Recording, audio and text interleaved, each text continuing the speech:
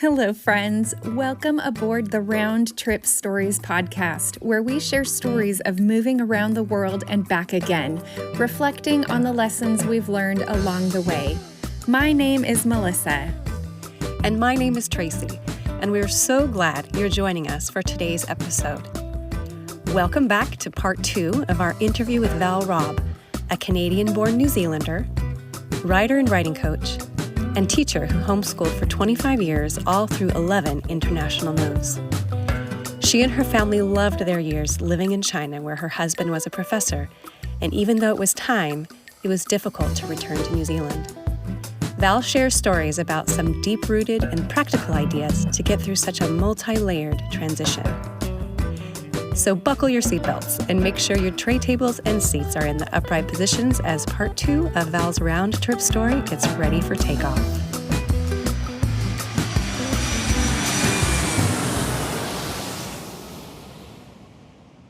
Well, we are back with Val Robb from New Zealand. And Val, please tell us, remind us of your backstory and where you lived abroad and how long you were there.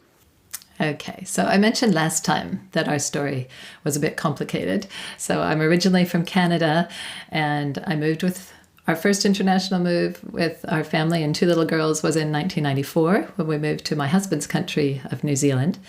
And then we moved internationally many times after that, since my husband had research leave every 3 years from his university job. And most of the time we went to Beijing, and once we lived there for 5 years. Okay. We also had a short stay in Canada and a short stay in Nashville. Nashville, Tennessee, USA. Yeah, that was fun. All right. When and why did you leave Beijing and return to New Zealand?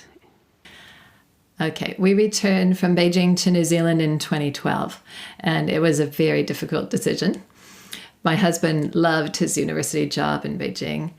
We had a lot of close friends, both Chinese friends and expats, and we all loved the small international church that we attended. Plus, I was starting to get more opportunities to mentor Chinese parents and educators, and I really loved that. At the same time, our oldest 2 daughters were over 18, and they could no longer stay in China on our visa. They weren't considered dependents anymore.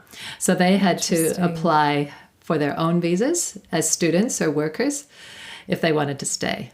So our oldest daughter had been sick for a couple of years without a diagnosis, and she had already gone on ahead of us to New Zealand by a couple of months.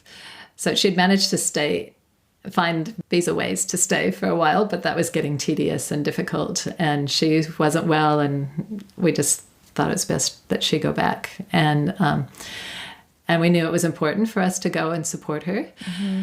And one of our teens had dyslexia, and in Beijing, it was difficult to get the support he needed for his high school education. Mm-hmm. The university in New Zealand had been keeping my husband's job open for him, and that was about to end if we didn't return at that point. They had waited for him for 5 years, which was very gracious. So that was another factor. So even though we loved being in China, we felt it was time to come back. Yeah, sometimes all the circumstances point to one direction. Yeah. Where did you land when you went back to New Zealand? We returned to Auckland, the city in New Zealand that we had lived in before. Okay, and then what did you all do at that point, and what are you doing now? Okay. At the beginning of that time, it took a lot of work to find a place to live and to sort out an education plan for the younger children's homeschool and to help our 18-year-old get settled in university. We also were working with our oldest daughter to try and figure out what was going on with her health. She was finally diagnosed with post-viral chronic fatigue, so we tried to help her deal with that. And just as an aside, after a 3-year journey with chronic fatigue, she came to a place of healing, which was wonderful. And she's now written a book called Waiting to Be Well about what she learned during that trial. It's about to launch shortly. So, yeah.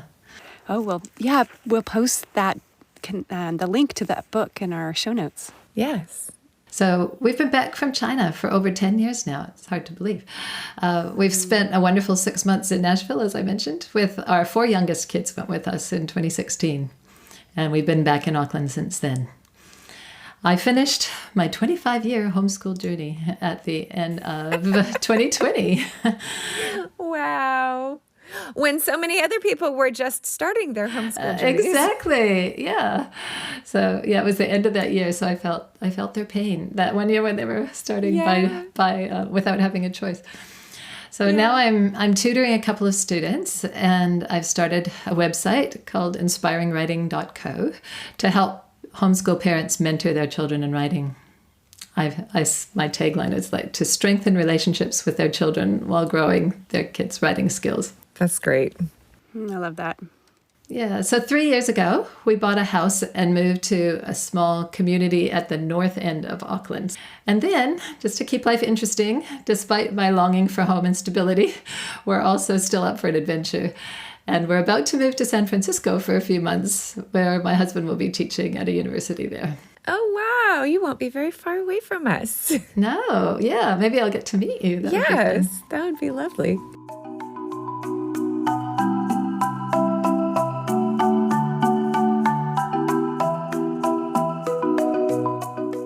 Okay, so we are going to ask you to tell us now a little bit about your repatriation process, about when you moved back to New Zealand. So tell us a story about your initial reentry transition. Okay. I have this vivid memory of being on the flight from Beijing back to Auckland. And I remember staring at the arrival card as our plane descended into Auckland. And it said, answer this section if you live in New Zealand. Otherwise, go to 2B. So I glanced further down the card, and 2B said, answer this section if you do not live in New Zealand. And I nearly started crying as I realized at that moment I didn't fit either category. I didn't live anywhere. Mm-hmm. We had left a life that we loved, and we were returning to a home country that now felt a bit foreign to us. And it was painful. I thought, Mm-hmm, mm-hmm. And on top of that, we had no home to come back to. So we had sold our house before moving to China, and now we faced the reality of much, much higher prices in Auckland. Mm. And our friends had warned us that rentals were hard to find, especially large homes like we needed for our 6 children. Right. And I heard that multiple people vied to rent each house, and sometimes they even bid each other up. So I was feeling quite nervous about where are we going to go? Yeah, so before searching for a rental, we took a brief break at a holiday home near the beach. And as we walked on the shore, my oldest daughter came running up to me and she said, "Hey, Mom, here's a gift for you." And she presented me with this bumpy purple and white shell. And on it she had written, "Remember, if God so houses mollusks, will he not house you? Do not worry." Aww. Matthew 6. That's precious. That was very precious. And it was such a good reminder to trust God to provide a home. So, yeah, not only was God my home, but I was saying, God, on a practical level, we need an actual physical home in this earthly place to live in. Yeah. So when we started looking online, there were only 3 options, and 2 of them proved unsuitable. And then we got in just in time to sign the rental agreement on the 3rd house. Other people were lined up behind us. And we were just so grateful, so grateful for God's provision. So after that, my emotions were still like a roller coaster as we adjusted. But I was reminded again that God was caring for us in the midst of the changes and the challenges. Mm-hmm. He was still holding you.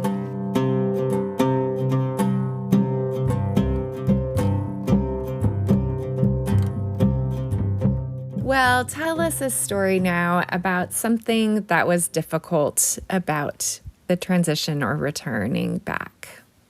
Something that was hard was that people didn't really understand how changed we were after our time away and how much we loved China and were grieving.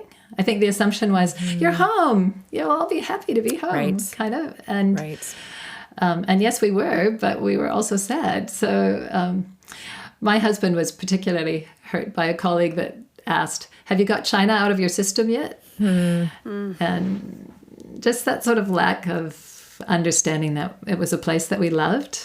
A friend said with the best of intentions, it's just like you've never been away. And we just felt quite the opposite. It felt like we'd had this whole other life, and other people didn't get that or see that sometimes. Yeah. And many people would ask, how is China? But they weren't really expecting a full answer. So we prepared ourselves and our kids to have a 1 or 2 word answer, sort of a 1 minute answer and a 5 minute answer. And then if they're actually still listening, yeah, just look at their eyes and see, have they glazed over? And to save their stories, their longer stories, for the people that seemed genuinely interested. And we also wanted them to know, and remind ourselves too, that some people really did care and they wanted to know, but they just didn't know how or what to ask. It can be awkward for people that haven't shared that sort of international experience to know how to enter your world. Right. It's true. That's very true. Yeah. And it was also hard that we were all grieving, but we were responding in different ways at different times. And there were things that we were all loving about being back in New Zealand, like being with the grandparents and other relatives again, and reconnecting with our friends, enjoying the beauty of the beaches and all the lush green of nature. And yet we were all missing our community in China and our life there at the same time. So it was just this weird mix. And our older girls found it hard that they had to adjust to being adults in New Zealand, because they were used to being adults in China, but it was different to be an adult in New Zealand. So they hadn't learned to drive. They were 18 and 20, and they hadn't had those beginning driving lessons because we didn't have a car in China. And driving in China wouldn't have really prepared them for driving here anyway. That was so different. And then other things that they were confident with in China, like getting around in this massive city on public transport, had to be relearned in a new context, because the transport system was so different here. And we had lived in a large apartment complex in Beijing where there happened to be a lot of other expat families. And the kids had had all this freedom to just hang out in the courtyard area with their friends, and they could just go and walk and be with each other. And it was safe to walk to their friends' homes that were just a few apartment buildings away. And our boys and older girls had the freedom to travel on the subway, to shop or play soccer with friends on the other side of the city. And in Auckland, the public transport was far less efficient, and they had a lot less independence, and they found that really hard. And one of our younger daughters was so sad about leaving her friends behind that she was reluctant to make new friends. And so as the mom, I was dealing with my own grief and losses while trying to help my children process their emotions and adjustments. So sometimes I just had to suppress my feelings or just shelve them on the side because there was too much else going on. So it was a challenging process.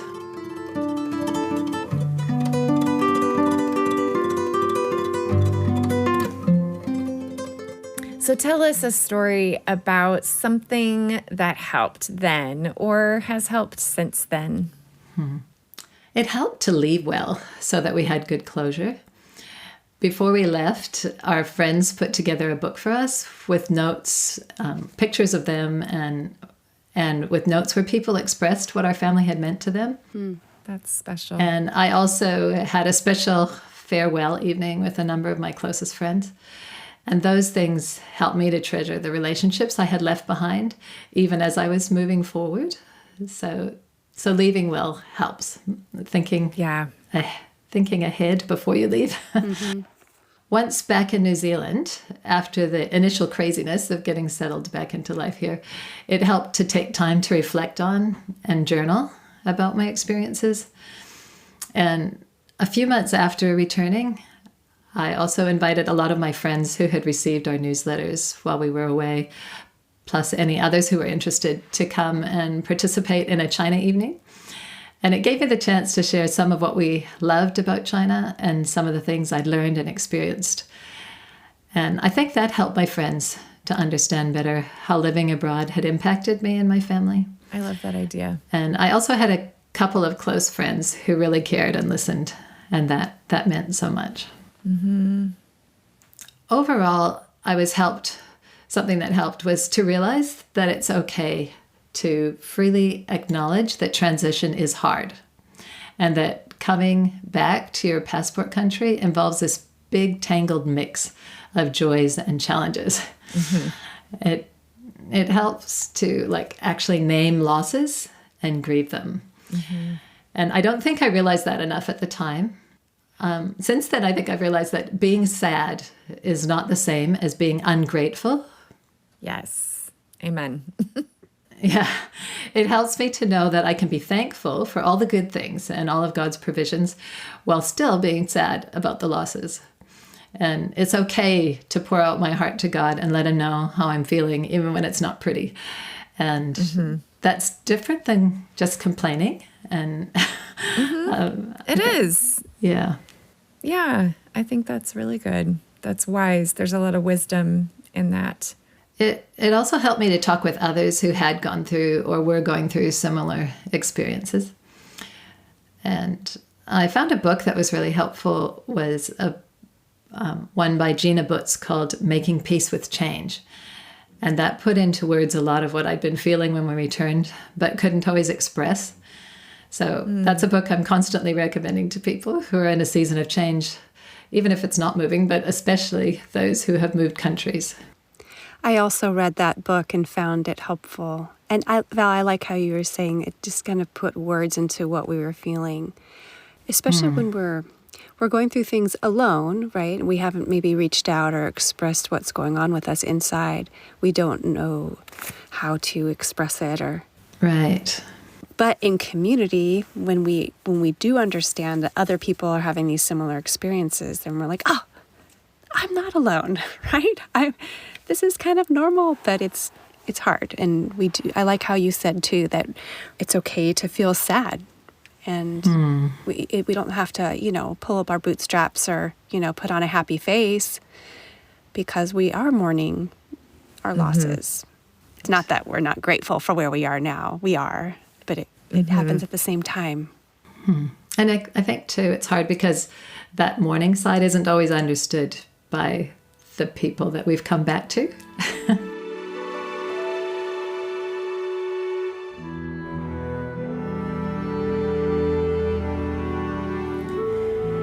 So we are getting closer to the end of our interview, even though it would be lovely if we could just keep talking for hours, because I'm sure that we could.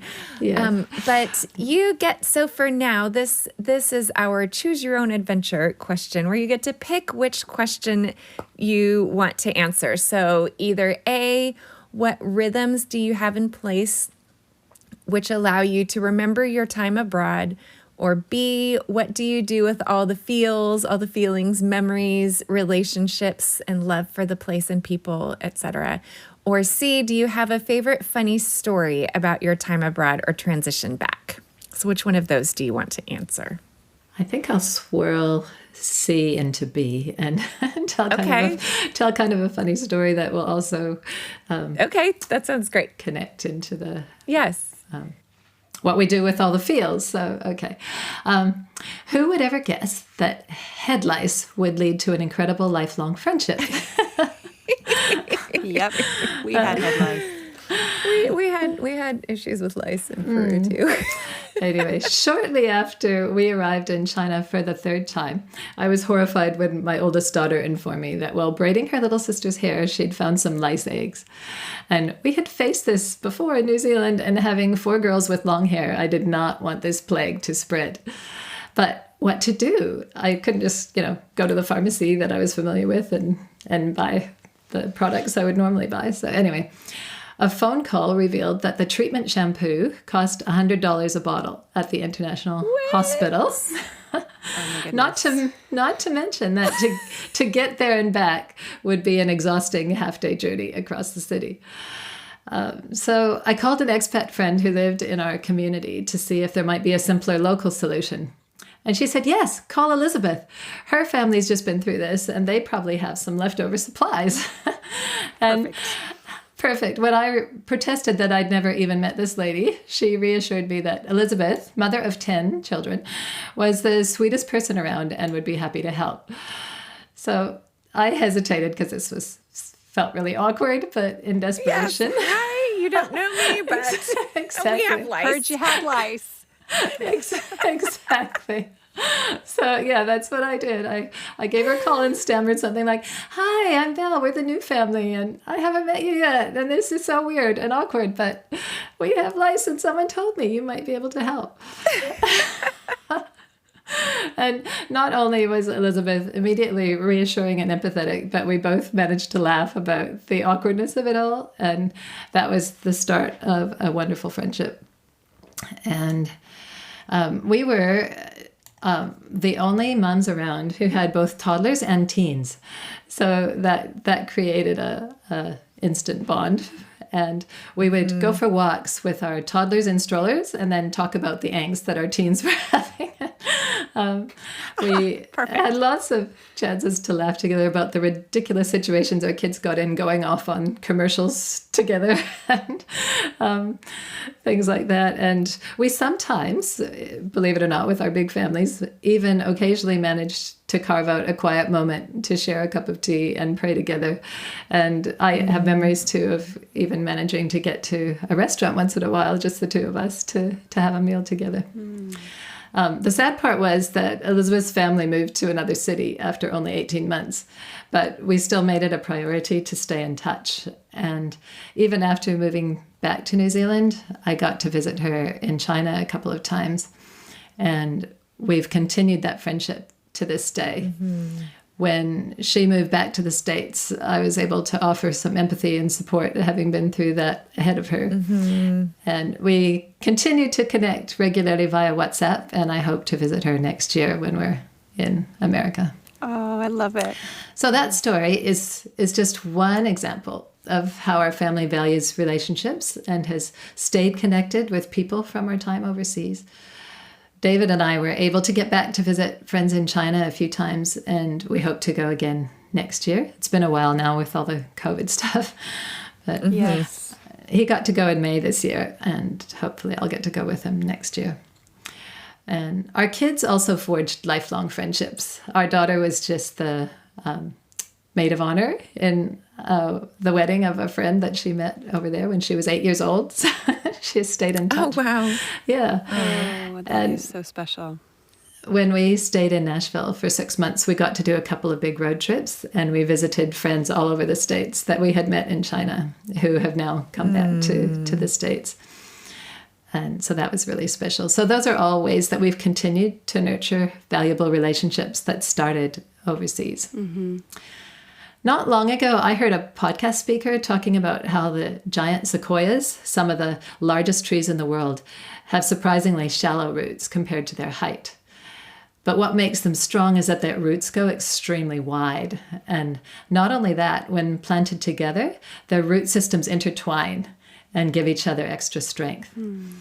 And I know that the friendships that we formed with Chinese and international friends overseas strengthen us then and continue to strengthen and enrich us now. Well, I think that's the best metaphor you could have used, because the giant sequoias are just an hour away from us. Yeah. They're very special California trees, and we will take you to see them, Val. Oh, that would be awesome. Okay, I would love that.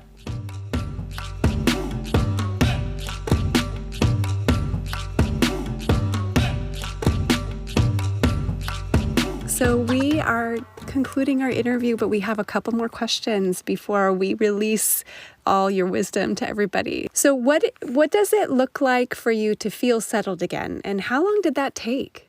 For me, feeling settled was a gradual process. It took a while to get settled in our rental home and to figure things out, like where we'd regularly shop and what meals to cook now that we were both back to eating in a more Western way and I didn't have my wonderful Chinese helper creating food for us. And it also took time to establish some routines with homeschooling and to get the kids involved in various homeschool activities in the area. And we were supporting our second oldest as she adjusted to university life. And we were still helping our oldest get the healthcare that she needed.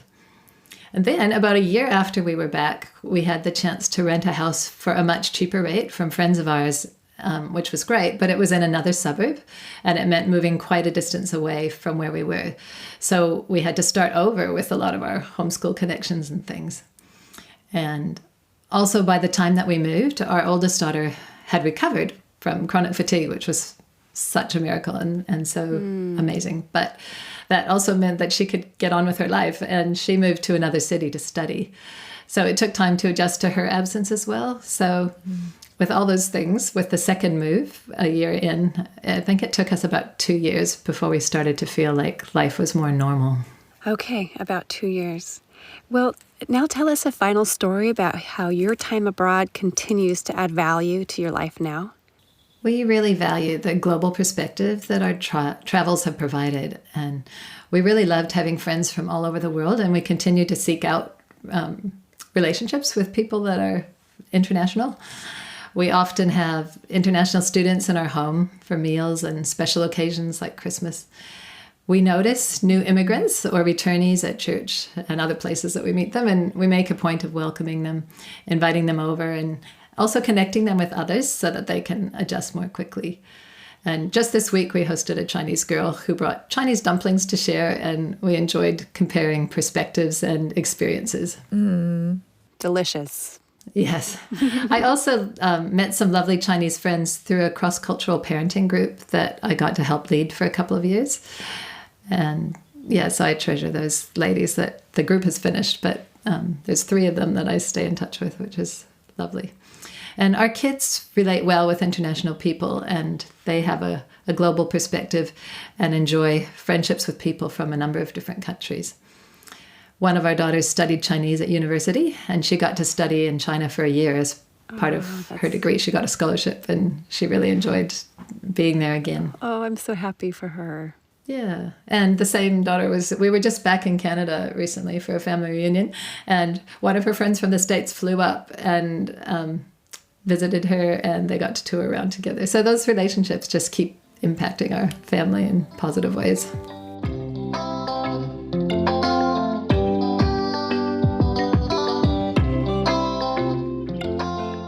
Okay, Val, what's one last word of encouragement or advice you can give to our listeners? I think I'd say, in the midst of the challenges transition, sink your roots deep in God, learning that He is your ultimate home and stability. He never changes.